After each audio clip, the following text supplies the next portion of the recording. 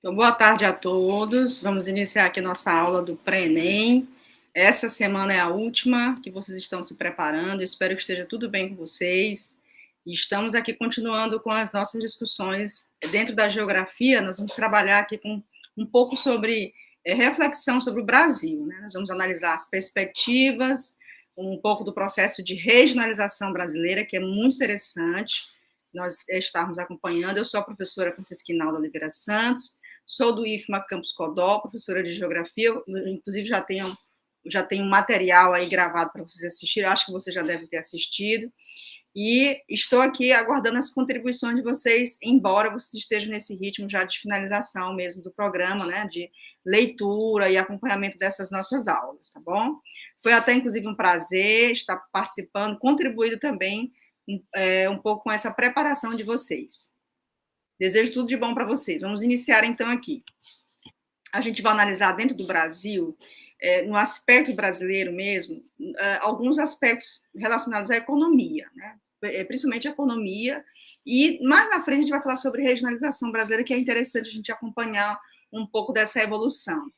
Então, tem uma pergunta para vocês. Brasil potência? Né? O Brasil como potência, então tem algumas leituras que são sempre colocadas aí para que a gente possa acompanhar o que os autores têm pesquisado sobre o nosso país. Eu trouxe, inclusive, dois deles. Eu trouxe aqui o livro do Pedro Ricardo Doria, Brasil, Grande Potência do Século XXI, onde ele vai analisar sobre as lideranças e desafios da nova ordem mundial, tá? E trouxe o livro da Berta Beck, né, com o Cláudio Igler, que é sobre o Brasil como uma nova potência regional na economia mundo. Esses dois livros, eles têm outros, tá, pessoal? Mas, assim, eles fazem uma análise bem interessante sobre o Brasil. Esse primeiro, do Pedro Ricardo Doria, é um livro aí que tem justamente discutido o Brasil como potência emergente, tá? Já o livro da Berta Becker com o Cláudio Iga, esse livro aí, ele vai justamente analisar o Brasil nesse contexto sul-americano e também latino-americano, esses dois espaços, né, tanto da América do Sul como da América Latina de um modo geral, o protagonismo do Brasil em relação a esses espaços. Ressalto aí a obra, inclusive, da Berta Becker, né, que é esse livro que está no lado direito, esse livro que está com a capa cinza, porque é uma leitura interessante, né, da questão da espacialização brasileira, tá bom? E os autores, eles fizeram bastante pesquisas, né, sobre o Brasil ter uma imensidade, aliás, uma diversidade, né, uma imensa diversidade, mas ter aí algumas ressalvas, né, no aspecto socioeconômico, tá bom? E aí ela vai fazer uma análise bem interessante sobre o nosso país. É uma busca, inclusive, de leitura sobre o Brasil, lógico que tem outras leituras que são interessantes para a gente acompanhar essas perguntas, né? Inclusive, tem aqui uma afirmação para vocês e uma pergunta. A pergunta é quais são essas potencialidades, né, e os desafios de nosso país após a primeira década do século XXI. Então, vamos tentar analisar o Brasil em um determinado momento, né, porque a gente tem que começar de alguma época, tá? A questão da escala temporal mesmo, né? Então, a gente vai tentar ver essas potencialidades do nosso país e também os desafios que ele tem enfrentado a partir da primeira década do século XXI. Lógico que tem todo um aporte histórico, geográfico, né, econômico, tem informações anteriores ao início e, portanto, do século XXI, que precisam também ser colocadas aqui na pauta para que vocês possam entender, portanto, o Brasil, né? O Brasil como potência ou não. E a afirmação é essa: o Brasil ele é considerado uma força aí entre os países emergentes, né? Para a gente falar, inclusive, nesse aspecto emergente, né, o Brasil como país emergente, nós precisamos entender, então, essa terminologia, né? A terminologia país emergente, tá? Até porque o Brasil sempre ele é realmente citado como um país emergente, e ele é considerado aí, portanto, uma força dentro desse cenário, tá bom? Com relação a essas potencialidades, que eu nem cheguei a comentar, mas eu vou esclarecer melhor dentro da aula. Então, nós temos, assim, inúmeras potencialidades e até mesmo desafios que o nosso país possui, né, e precisam ser analisados. De potencialidade, a gente pode logo destacar, por exemplo, a questão de o Brasil, né, tem extensas áreas agricultáveis, né, o Brasil também, ele tem aí um parque industrial diversificado. Inclusive, vou até localizar algumas áreas, né, tipo indústrias mesmo que o Brasil tem aí, portanto, participação no mercado externo, exportando, né, algum tipo de mercadoria, de produtos manufaturados, tá? De grande valor. Tem a maior parte da exportação, da pauta de exportação brasileira é de pequeno valor, tá? Mas o Brasil também tem aí um parque industrial que ele é diversificado, sim. Temos também a questão das fontes energéticas que o Brasil possui, já tem, inclusive, uma infraestrutura ligada a esse setor, né, de produção de energia, está tentando melhorar esse aspecto, né, de produção, porque precisa, inclusive, incluindo as fontes energéticas alternativas, né, que é o que hoje o destaque, mesmo o grande destaque, no século XXI, tá? Temos também que considerar aqui a existência de grandes recursos minerais, né? O Brasil, inclusive, ele detém aí as tecnologias de exploração mineral. Eu vou mostrar, inclusive, com fotos para que vocês possam perceber que potencialidades o nosso país, portanto, tem aí uma certa participação. E essa análise que a gente está fazendo aqui pode até ser interessante para vocês construírem, de repente, o texto da redação de vocês, se por acaso estiver ligado a aspectos econômicos. A gente não sabe se vai realmente cair alguma coisa de economia, e se for de economia, o que seria do Brasil, né? O que você iria colocar sobre o Brasil nesse sentido? Então, assim, vamos supor que saia para vocês alguma questão sobre potencialidades, né, do nosso país, sobre desafios que o Brasil também enfrenta nesse século, tá? Em especial nesse século XXI, tá bom? Mas que também tem lá atrás algumas explicações, porque nem sempre que está aqui, o nosso olhar atual, é somente do que está realmente acontecendo, tem muita coisa lá de trás. E aí, como eu citei para vocês na afirmação que o Brasil ele é uma força, né, como um país emergente, nós precisamos analisar melhor que termo é esse. Então, para o Lúcio, para o Branco, para o Mendonça, 2016, esse termo emergente, pessoal, é nada mais do que um país, né, se formos realmente a tratar países, né, então, é um país que apresenta atributos como PIB expressivo, como economia diversificada, um parque industrial dinâmico, né, com capacidade também para influenciar decisões geopolíticas e econômicas em nível regional, que é o que acontece aqui no Brasil. Ele tem essa capacidade, inclusive, de de influenciar algumas decisões, lógico, né, no sentido econômico. E além desses atributos, né, que ele confere protagonismo também em ascensão nas relações internacionais. Então, assim, essa tecnologia emergente para os países atuais, isso aí já é uma classificação meio que econômica, né? A ONU usa muito esse termo hoje, né? Países emergentes, tem a ver justamente com essa questão dessa análise mais completa, né? Desses atributos que são colocados aí. Falando em PIB expressivo, não é que o Brasil esteja com o PIB lá em cima, mas a gente pode analisar aqui com dados do IBGE. Eu trouxe para vocês aqui, inclusive, mostrando nessa escala, né? O que nós temos de 2020, inclusive 2021. Temos também aqui, dentro dessa análise, do ano 2019, né, o PIB per capita de 2019, tá, que estava em R$ 35.161, tá, 70 centavos. Em 2020, né, já colocando a nossa moeda, estava em torno de 7,4 trilhões de reais, tá certo? E o crescimento, né, 2021, do primeiro e segundo trimestre, né, da gente analisar aqui, estava em 1,8. A gente tem que ver, inclusive, agora como é que vai finalizar, né? Quanto que ele vai realmente crescer no total do ano de 2021, porque não temos ainda o total, tá? Só temos o total para 2020. Lembrando que mesmo que tenham, vocês estão vendo aqui essa cifra, 7,4 trilhões de reais, né? Mas como é que seria isso? A gente ter esse valor e o Brasil está com esse disparate, né, econômico. Então, assim, o PIB, só esclarecendo, pessoal, inclusive pelo IBGE, que é um órgão interessante aí de pesquisa, um banco de dados, na verdade, interessante para pesquisa, né, pesquisa científica, ele traz informações sobre o PIB, né, para a gente não ficar meio que achando que está muito bom o cenário. Então, o PIB ele é apenas um indicador, né? Um indicador de uma economia. Ele sintetiza alguns aspectos econômicos, tá? De produção, principalmente. Ele também, o PIB, ele ajuda a compreender um país, mas ele não expressa aí os fatores mais importantes, por exemplo, a distribuição da renda, a qualidade de vida da população, o aspecto da educação, né, da saúde. Então, assim, é só uma síntese que está sendo feita, né? Até, inclusive, tem uma comparação. O país ele pode ter um PIB pequeno e ostentar um altíssimo padrão de vida, mas ele pode também registrar um PIB alto e apresentar um padrão de vida relativamente baixo. Então, vejam que há um certo conflito, né, nesse aspecto. Então, assim, não acharmos que ter esse valor, inclusive tem países com valores bem mais altos que o Brasil, né, estão superando, inclusive, os seus próprios valores, não achar que isso vai realmente dizer que a nossa economia está muito boa, tá?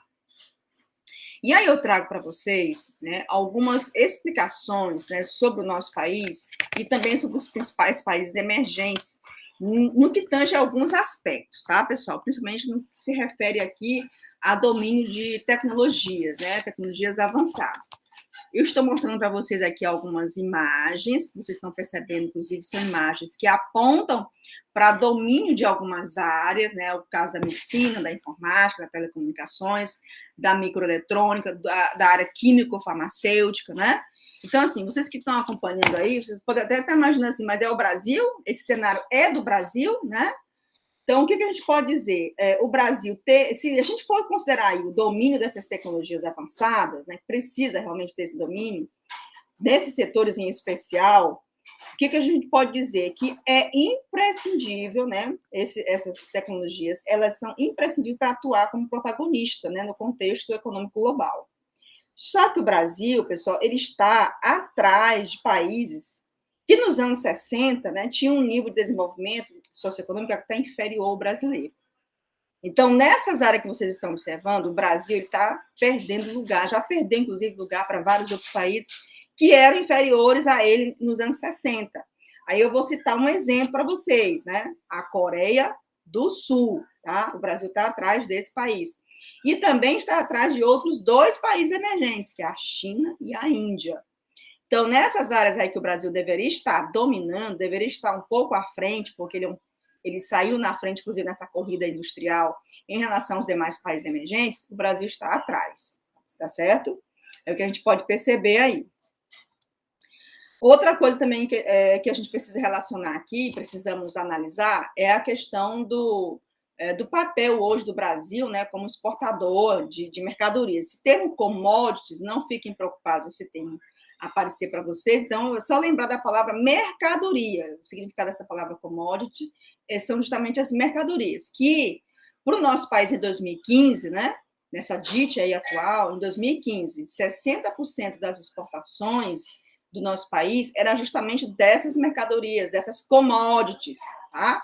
Aí a gente tem, inclusive, no cenário, na foto, a gente está observando o milho, a soja, o petróleo, né? E outros tipos de grãos, de mercadorias que são agrícolas, tá? O nosso país, portanto, tem essa participação nesse cenário, certo? No cenário de commodities, de exportação de commodities, de mercadorias do setor agropecuário. Inclusive, o primeiro lugar para essas commodities, né? O Brasil sempre exporta, é da soja, tá?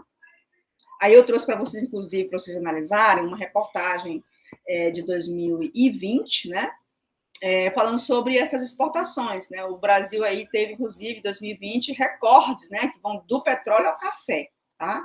Aqui até na reportagem foi analisado isso, que apesar dos impactos, né, da economia, aliás, da pandemia da Covid-19, o nosso país teve aí máximas históricas, né, nas vendas desses produtos. Aí eles vão citar o caso do açúcar, né, de carnes, que foi apoiado, inclusive, pelo mercado chinês, porque a China é um grande consumidor dessas commodities brasileiras, tá? Que o Brasil, portanto, tem uma grande participação nessas commodities. Aqui na questão das exportações também, porque vocês estão vendo que a gente está trabalhando com exportações, né? Pela reportagem, pelo tópico anterior. Então, a gente continua falando aqui um pouquinho das exportações e a gente vai destacar se realmente o Brasil está muito bem ou não. Então, nesse teor, nessa fala de exportações, né, exportações de bens manufaturados, por exemplo, o Brasil, pessoal, ele tem aí predominado justamente nos de baixo valor agregado, né? Então, assim, exportação?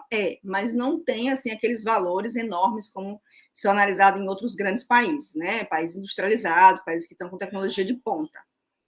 Mas também nós temos aí as exportações, menor, lógico, né? Mas só que são exportações de manufaturados de alto valor agregado. Aí o destaque, no caso, é apenas para os aviões de médio e pequeno porte, né, pela Embraer, que são produzidos pela Embraer. Para quem não sabe, inclusive eu coloquei aqui uma fotografia para vocês observarem um pouquinho da fábrica da Embraer lá em São José dos Campos, no interior de São Paulo, e a empresa que faz aí, participa na produção, né, dessas aeronaves, desses aviões. Inclusive o Brasil tem exportado aeronaves. Então, assim, essas exportações de manufaturados, né, de alto valor, o destaque do Brasil nesse cenário aí da indústria é para os aviões, tá bom?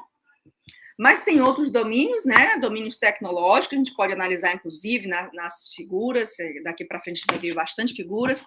Então, nós temos aqui exploração, domínio tecnológico na exploração de petróleo e gás natural em águas profundas, né? O Brasil tem, portanto, esse tipo de domínio, a gente vai citar outros setores, né? É o caso aqui também da mineração, vocês estão vendo, inclusive, a área da Serra dos Carajás, então, exploração de minério de ferro, né, no Brasil. O Brasil, para, inclusive, fazer essa exploração mineral, ele precisa ter esse domínio dessa tecnologia, né? Precisa de ter tanto mão de obra qualificada, como também ter um pouco de máquinas que sejam justamente para esse tipo de exploração. Ela não é mais feita manual, tá? Outro tipo de domínio tecnológico que a gente pode destacar aqui do Brasil é com relação à produção agropecuária, né? E também a pesquisa de biotecnologia. Nesse caso, a gente pode ressaltar o papel da Embrapa, né, que é a Empresa Brasileira de Pesquisa Agropecuária, tá? Que faz bastante pesquisa no nosso país com relação a diversos tipos de uso de tecnologias. Vocês estão vendo aqui, inclusive, pela reportagem que é de 2014 sobre mecanização e automação, que é justamente eles estão utilizando aí ferramentas de tecnologia para monitorar, né, o processo de produção agrícola, né? Então, esse uso de tecnologia, essas pesquisas no setor de tecnologia agropecuária também, hoje, é um ponto importante para o nosso país com relação a esse tipo de domínio tecnológico.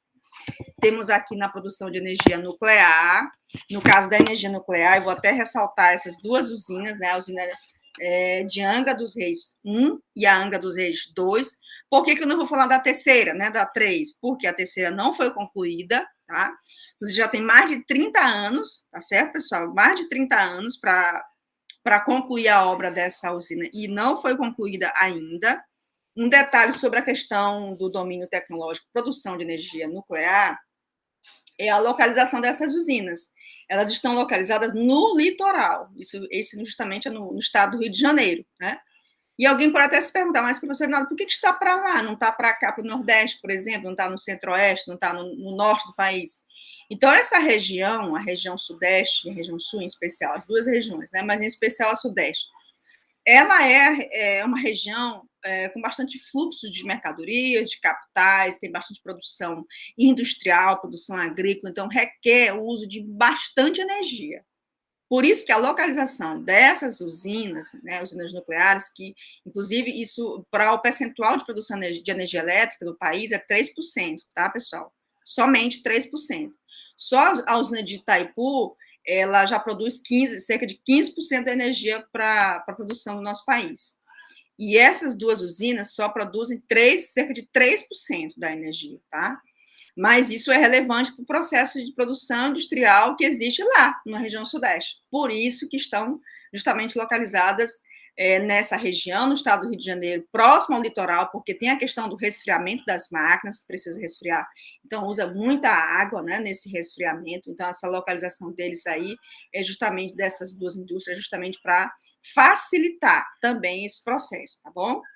É isso que eu posso falar para vocês sobre a questão das usinas nucleares. Tem muita pesquisa aí publicada no mundo inteiro, o Brasil também tem pesquisas de autores renomados do nosso país, cientistas que são, justamente se dedicam a pesquisar sobre a questão do funcionamento da energia nuclear, né, de como ela pode também, inclusive, ser até ampliada, né, para um uso maior, né, para produção maior do que já existe. E aí recomendo que vocês, inclusive, façam em algumas análises sobre essa questão da produção de energia nuclear do nosso país, que é um domínio que o Brasil tem. Outro domínio tecnológico que a gente vai destacar aqui é da produção de softwares, né? Então, aí, pela reportagem que foi de 2018, né, da Agência Brasil São Paulo, então, nesse setor de domínio tecnológico, O Brasil está ocupando aí o 9º lugar nos investimentos em tecnologia da informação. Isso é relevante, tá? É significativo, inclusive.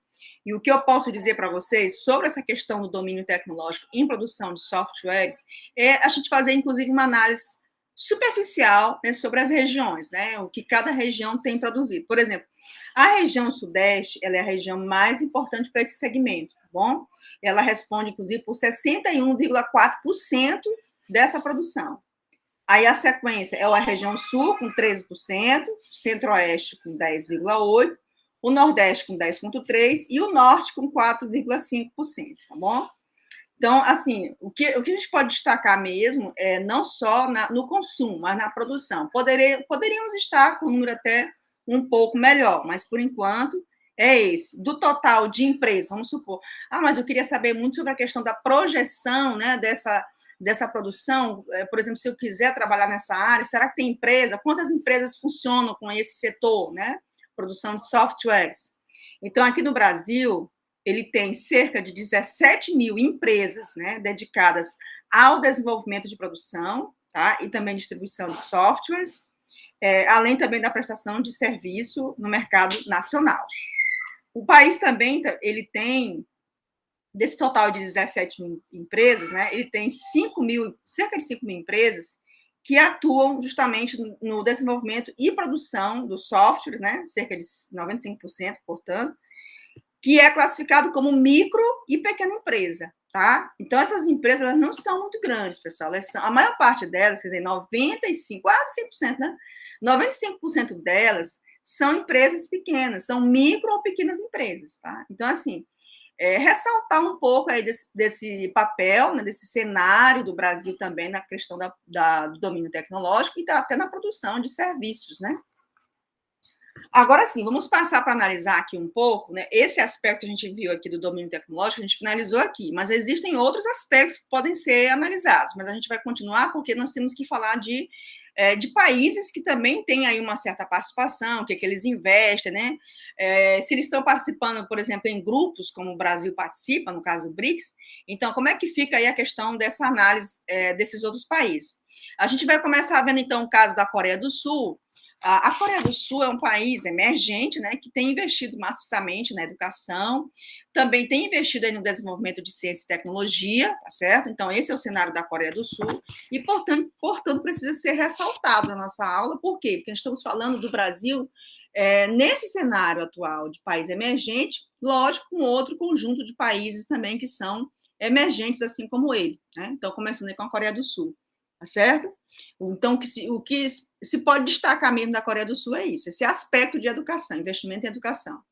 Só que tem outros casos, no caso da Rússia, que também participa do BRICS, né, assim como o Brasil, a Índia, a China, a África do Sul.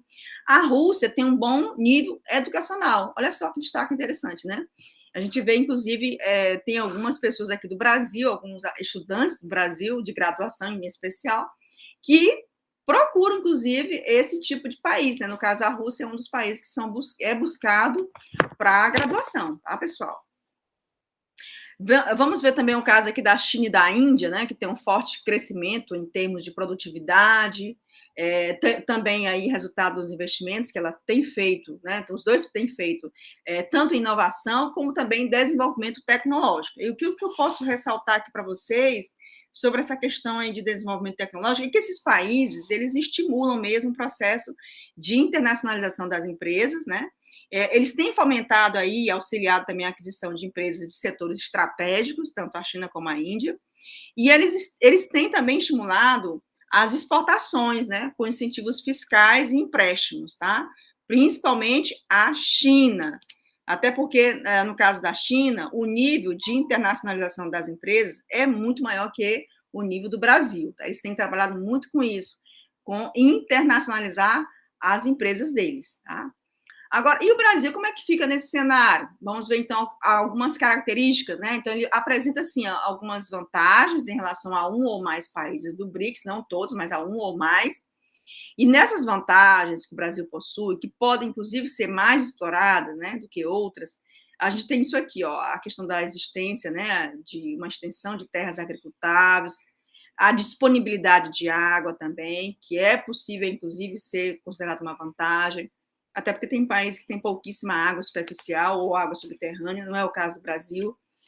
Temos também a existência de rios caudalosos, né, rios com bastante volume d'água, que são interessantes para a produção de energia elétrica, claro, com acompanhamento da legislação ambiental, não é fazer essas. Às vezes a gente observa até, inclusive, que se percebe muito isso, essa busca, né, de produção de energia elétrica pela hidrelétrica, mas não se preocupam muito com a questão ambiental. E aí é uma queixa que a gente pode ter, inclusive, mencionar aqui para o Brasil, né, que tem algumas obras que não estão assim muito relevantes no sentido ambiental.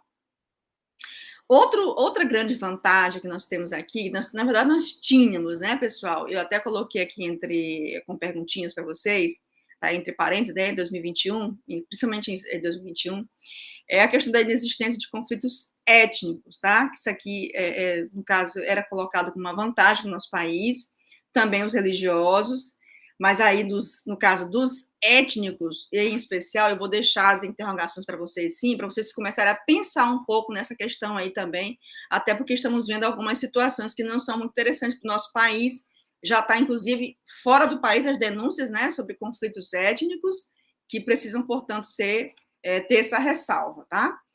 E a inexistência de movimentos separatistas, tá bom? Isso aí, portanto, são os grandes aspectos ou vantagens que o nosso país apresenta ou apresentava em relação a um ou mais países do BRICS, tá bom? Agora a gente vai falar um pouquinho das potencialidades do nosso país, os desafios também que ele tem enfrentado. De potencialidades, em especial, eu já comentei bastante com vocês aqui hoje, que foram justamente aquelas do início da aula, né? Que eu falei um pouco sobre as terras agricultáveis, a questão da existência de minerais, né? Para exploração, justamente para a produção de produtos manufaturados, né? E exporta, inclusive, tudo isso. O Brasil também tem um outro contexto na questão da água, a existência de bastante rios, né? Que podem ser aproveitados para a produção de energia elétrica, tá, pessoal? Mas tem outras potencialidades. Mas, assim, a gente vai destacar aqui um pouco dos desafios que ele tem enfrentado aí nesse século XXI. Por exemplo, em meados de 2010, o Brasil teve que superar, portanto, uma crise, né? Que foi a crise de 2010, tá bom? Então, nessa análise aí da crise de 2010, a gente precisa, inclusive, entender um pouco mais o que foi que aconteceu, né? Lá atrás. Inclusive, devido a essa crise, tentar superar essa crise que estava atingindo o país na época, isso fez com que o nosso país tivesse uma certa estagnação econômica, né? Elevou também os índices de desemprego, não tanto como agora está um pouco maior, tá?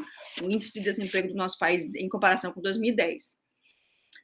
Outra questão também de desafio ainda que o Brasil enfrenta é nessa questão do problema da corrupção, tentar resolver essa situação que ainda fica na mídia. Isso causa, inclusive, vários tipos de especulação para o nosso país. Lá fora, o Brasil não fica com uma visibilidade econômica muito boa, muito menos internacional também, né, muito boa, pelo contrário. Isso limita, inclusive, a possibilidade até mesmo de ampliação de investimentos, né, na área social, de investimentos na infraestrutura, porque isso não atrai as empresas, pelo contrário, isso faz, na verdade, afastar as empresas desses setores, né, em relação ao nosso território. Outro desafio também que merece aí um destaque é a questão da carga tributária ser elevada no nosso país. Então, isso já foi, inclusive, tratado em vários momentos, né? Até porque é realmente necessário a gente destacar que essa carga tributária muito alta, isso também não permite crescimento, tá? O país fica, na verdade, estagnado, né? Compromete, por exemplo, a competitividade do nosso país no mercado internacional. Isso provoca aumento do custo de vida, então o poder aquisitivo da população fica um pouco mais baixo, ou até mesmo realmente muito mais baixo, tá? Por isso que muitos brasileiros estão recorrendo, inclusive, a esses programas sociais com muito mais ênfase nesses dias atuais do que anteriormente. Isso começa lá em 2010, destacando aqui 2021, 2020, 2021, por conta justamente dessa questão da pandemia que nós tivemos aí, que realmente vê que os números diminuíram bastante, né, pessoal? Crescimento econômico praticamente não teve, né? Nós não tivemos. E tem outros aspectos, né? Por exemplo, essa elevada carga tributária também vai fazer o quê? Vai onerar os preços, né? Vai aumentar os valores, né, das mercadorias, dos produtos, tudo vai funcionar, mas com preços muito mais elevados. Inclusive, a gente vê isso nas nossas compras que a gente faz no mês, né? Quem está acompanhando aí os pais, vocês que estão acompanhando os pais de vocês nas compras do mês, né? Compras de alimentos, né? De roupa, de calçado, que as famílias fazem, tem que fazer, lógico. Então, já perceberam que houve realmente um aumento, né, desses valores, dessa produção. E aí a gente vai destacar aqui do outro lado a infraestrutura, né, o setor de infraestrutura que requer aí, portanto, uma análise sobre as necessidades, né, apontar sobre as necessidades, sobre os limites também dela, tá? Porque assim, o Brasil ele tem uma certa infraestrutura, ele tem, por exemplo, ele tem portos marítimos, tem rodovias funcionando, ferrovias funcionando, hidrovias funcionando, aeroportos funcionando, mas essa infraestrutura ainda é deficiente para a produção do nosso país. A produção industrial do Brasil é uma, e a infraestrutura que ele tem aqui não acompanha essa produção industrial dele. Por isso que isso impede até dele crescer um pouco mais, né? Porque se ele crescer um pouco mais, ele não vai ter como escoar essa produção, tá? Então, essa infraestrutura ainda é deficiente, tá bom? Outro problema que a gente pode citar como sendo um limite é a questão da demanda energética que o Brasil possui, que também não tem atendido essa demanda de produção, a demanda energética, portanto, ela vai justamente estar relacionada com a produção, porque se você quiser aumentar o parque industrial, quiser levar, por exemplo, a indústria para outros lugares, quiser aumentar essa produção até para facilitar o processo de exportação e até exportar um pouco mais, não vai conseguir, porque a demanda energética é baixa. Aí, uma ressalva, o uso de energias renováveis, o uso de energia de menor impacto ambiental, construção, portanto, de parque eólico, utilização de biomassa, né? Ou até mesmo de energia solar nesse setor, para que ele possa realmente abastecer a produção industrial do nosso país. E desses limites também que a gente pode apontar, nós temos a questão dos transportes. O Brasil usa pouquíssimas redes ferroviárias e hidroviárias e usa bastante rodovias. Então, o que vai acontecer? Quando ele usa muita rodovia, transporte rodoviário, isso faz com que haja um aumento, né, dos preços dos produtos, porque com o setor rodoviário, geralmente o escoamento da produção acontece de forma eficiente, mas acontece de forma mais cara. Né? É isso que vai justamente acontecer nesse cenário. Nos projetos de infraestrutura, fazer só uma pequena ressalva aqui do que está acontecendo hoje. Né? Por exemplo, tentar instalar projetos de infraestrutura, construção, por exemplo, de rodovias, construção de hidrovias, ou até mesmo de hidrelétricas, onde são justamente aquelas regiões, onde existem aquelas regiões que têm um pouco de paisagem natural conservada, né, que é o caso da região amazônica, que está perdendo bastante aí, né, da sua paisagem natural, justamente devido à instalação de projetos de infraestrutura, tá? E também ressaltar um pouquinho a questão dos trechos que são menos conservados. É o caso da Caatinga, é o caso do Cerrado, está um pouquinho coberto aqui com a frase, mas é o caso também da Mata Atlântica, né, que também requer um pouco de atenção. Quer dizer, instalar projetos de infraestrutura nessas regiões requer atenção. Para quê? Para que não haja, portanto, mais perdas do que já está acontecendo agora e também do que vai acontecer no futuro. Bom, depois dessa análise aí sobre a questão das potencialidades do nosso país, o país como uma potência emergente, uma potência regional dentro do contexto da América do Sul, dentro do contexto da América Latina, vocês prestem atenção, inclusive, se vocês forem responder alguma questão nesse sentido, o Brasil, apontar o Brasil, por exemplo, como uma potência regional, ou uma potência emergente, tá? Vamos, então, agora tratar de um outro aspecto que é interessante, porque existem várias divisões, várias regionalizações, tá? E a gente começa falando um pouco aqui, usando a fala da Berta Becker, né? Eu até coloquei para vocês a imagem dela. A Berta Becker, que era uma geógrafa do Brasil, que se dedicou bastante aí à Amazônia, a estudar a Amazônia, ela era chamada de cientista da Amazônia, tá certo? E nessa fala da Becker, em 1990, ela vai justamente trazer à tona aí essa discussão sobre regiões, que a gente fala muito aqui de regionalização do Brasil, aí aponta logo as regiões, a divisão regional do Brasil, do IBGE, o histórico dessas divisões regionais, né, como é que ficaram. Mas, assim, é necessário primeiro fazer uma análise dessas regionalizações que aconteceram no passado e aquelas também que foram sugeridas posteriormente, que é o caso do geógrafo Pedro Pinchas Geis, na década de 60, né? Teve também uma outra classificação mais recente, que foi feita pelo geógrafo 2001, né? Pelo geógrafo Milton Santos, junto com a Maria Laura Silveira, que também requer, portanto, uma certa análise. Então, assim, para falarmos de regionalização, eu trouxe para vocês aí essa fala da Berta Becker, onde ela disse que as regiões, elas não são entidades autônomas, né? Pelo contrário, as regiões, elas se configuram a partir das diferenças que apresentam em relação às outras regiões e também do papel que é diferenciado, né? Que exercem no conjunto da sociedade e do espaço nacionais, tá? Com essa fala da Beck, eu começo, inclusive, a tratar dessas questões, né? Que questões são essas? É justamente desse processo de regionalização, tá? O que nós queremos dizer dessa aula? Que precisamos entender essa interdependência entre as regiões, tá? Que compõem o nosso país, pois elas estão integradas a uma política e também a uma economia única, tá certo? Outro ponto também que a gente precisa analisar é que os diversos lugares de uma região, elas se relacionam, tá? Por meio de fluxo de pessoas, podem se relacionar por fluxo de mercadorias, pode estar se relacionando com informações e também a questão da circulação de recursos financeiros, tá bom? Então, vamos começar a analisar aqui primeiro, vendo as micro-regiões, lógico, a gente tem que começar por uma delas, então a gente vai ver as micro-regiões do IBGE. Então, a primeira divisão do IBGE, que nós precisamos analisar, que traz justamente informações para vocês sobre a divisão espacial do nosso país. Nós vamos ver várias aqui do IBGE hoje, né? E tem mais duas que não são do IBGE. Essas que eu trouxe aqui do IBGE, que começam nos anos 40, só um destaque, pessoal. Essa divisão dos anos 40, ela trazia tanto 40 como 45, né?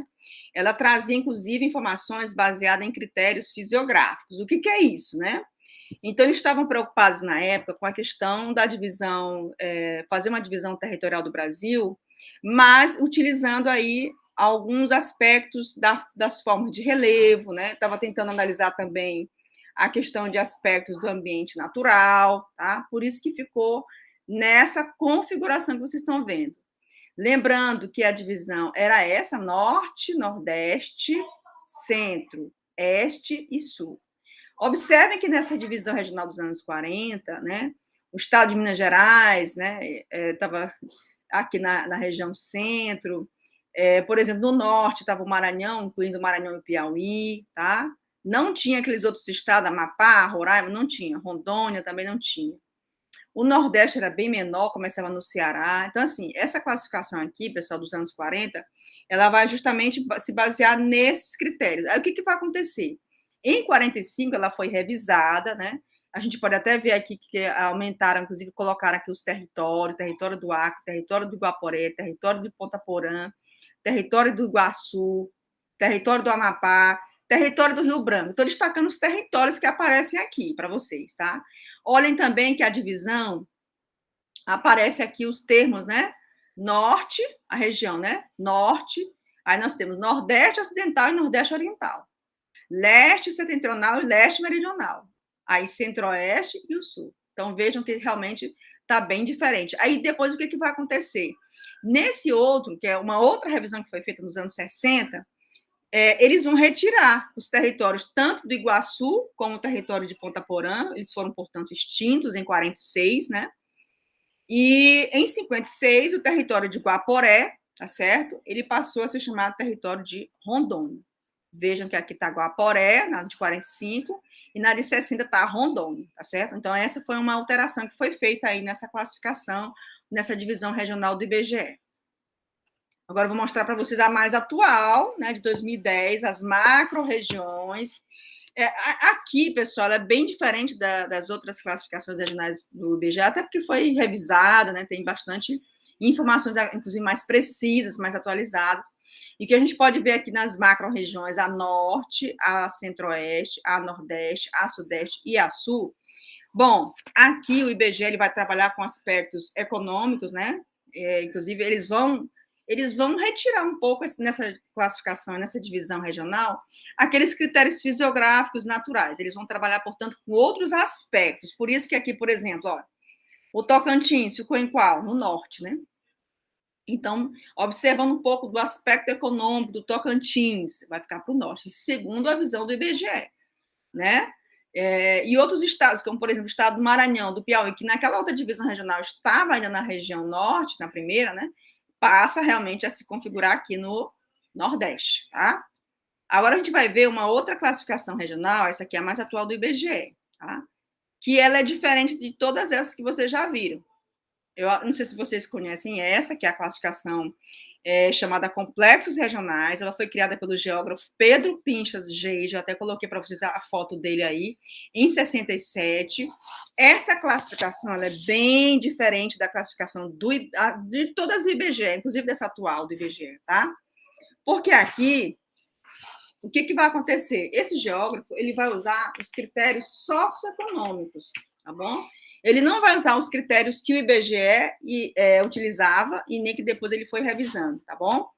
Então, nessa classificação, ele dividiu aqui o Brasil em Complexo Regional da Amazônia, vocês estão vendo aqui, Complexo Regional do Nordeste, né, e Complexo Regional do Centro-Sul. Vejam que essa divisão não acompanha os limites dos estados. Olha só. O Tocantins, por exemplo, ele tem territórios tanto na Amazônia, como também tem território no Centro-Sul. O Maranhão, ele tem território, parte dele, né, tanto na Amazônia, como também no Nordeste. E ele não chamou aqui de Norte, ele chamou de Amazônia, pela característica dela, né? Então, essa regionalização, ela considera a formação histórico-econômica do país, ela vai tratar, inclusive, também aqui da questão da modernização econômica em curso desde os anos 60, que ele é de 67, essa classificação, que vai justamente se manifestar nos espaços tanto urbano como rural. O Centro-Sul, que é o Complexo Regional do Centro-Sul, que eles chamam de Complexo Regional, né? Corresponde aí a cerca de 27% do território brasileiro, mas concentra mais de 60% de sua população. E ela é responsável aí por cerca de 80% do PIB do país, segundo essa classificação. O Nordeste, que é formado por 8 estados, mais o leste do Maranhão, tá? O Maranhão está dividido em 2 partes aí, assim também como o norte de Minas Gerais, vocês estão vendo aqui, eu nem tinha falado sobre ele, Minas Gerais está em dois complexos regionais, tanto o Nordeste como o Centro-Sul. Dá para a gente perceber isso também, né? Um pouco de diferente, né? Então, o Nordeste aí ele vai ser 8 estados, mais o leste do Maranhão e mais o norte de Minas Gerais. É o que eu disse, não acompanha a divisão dos estados, os limites. E a Amazônia, que ocupa aí cerca de 55% do território, tá?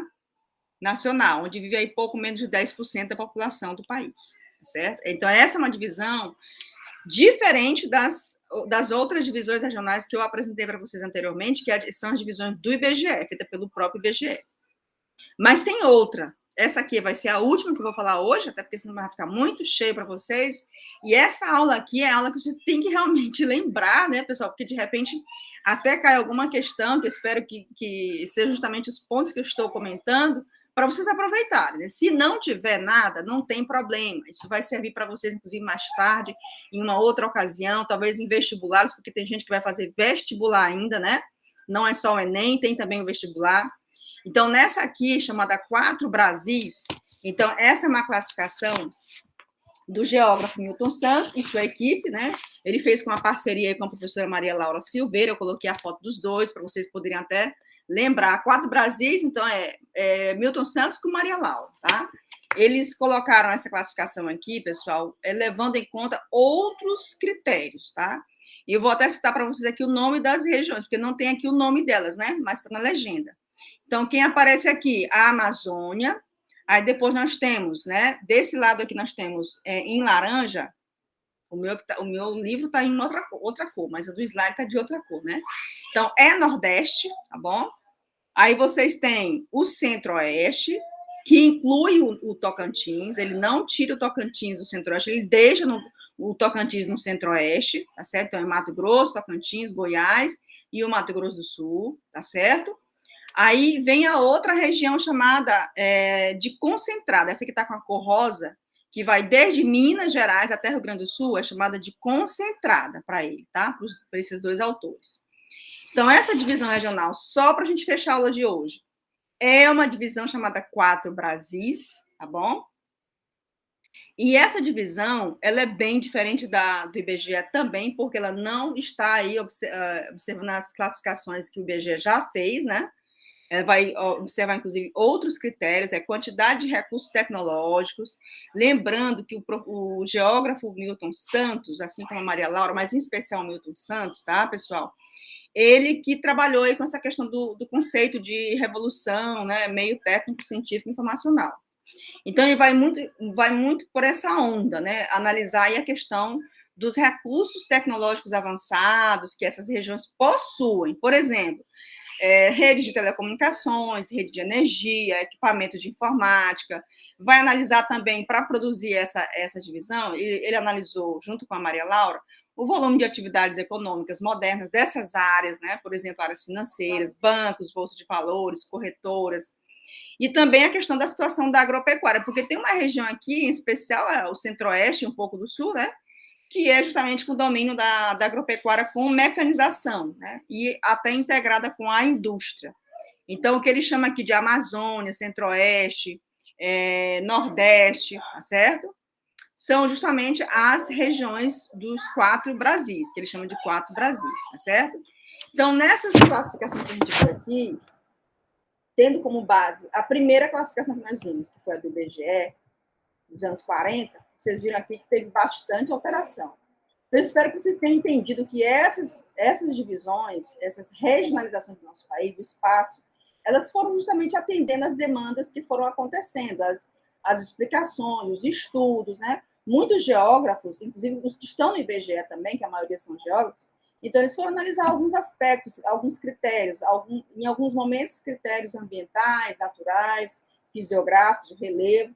Outros momentos eles foram analisar o quê? Já foram analisar aspectos mesmo mais relevantes hoje da atualidade, que são os econômicos, né? O que está funcionando hoje de fato, os fluxos que funcionam de fato em cada região, as produções que acontecem, para que realmente fizessem parte dessas classificações. Então, essas classificações, elas têm sim um certo interesse político, tem a questão administrativa, a importância dela administrativa, tem a questão do funcionamento também das regiões, como é que elas funcionam, as características delas, né? E deixam, portanto, bastante informação e um vasto conhecimento sobre o nosso território, o território brasileiro, tá?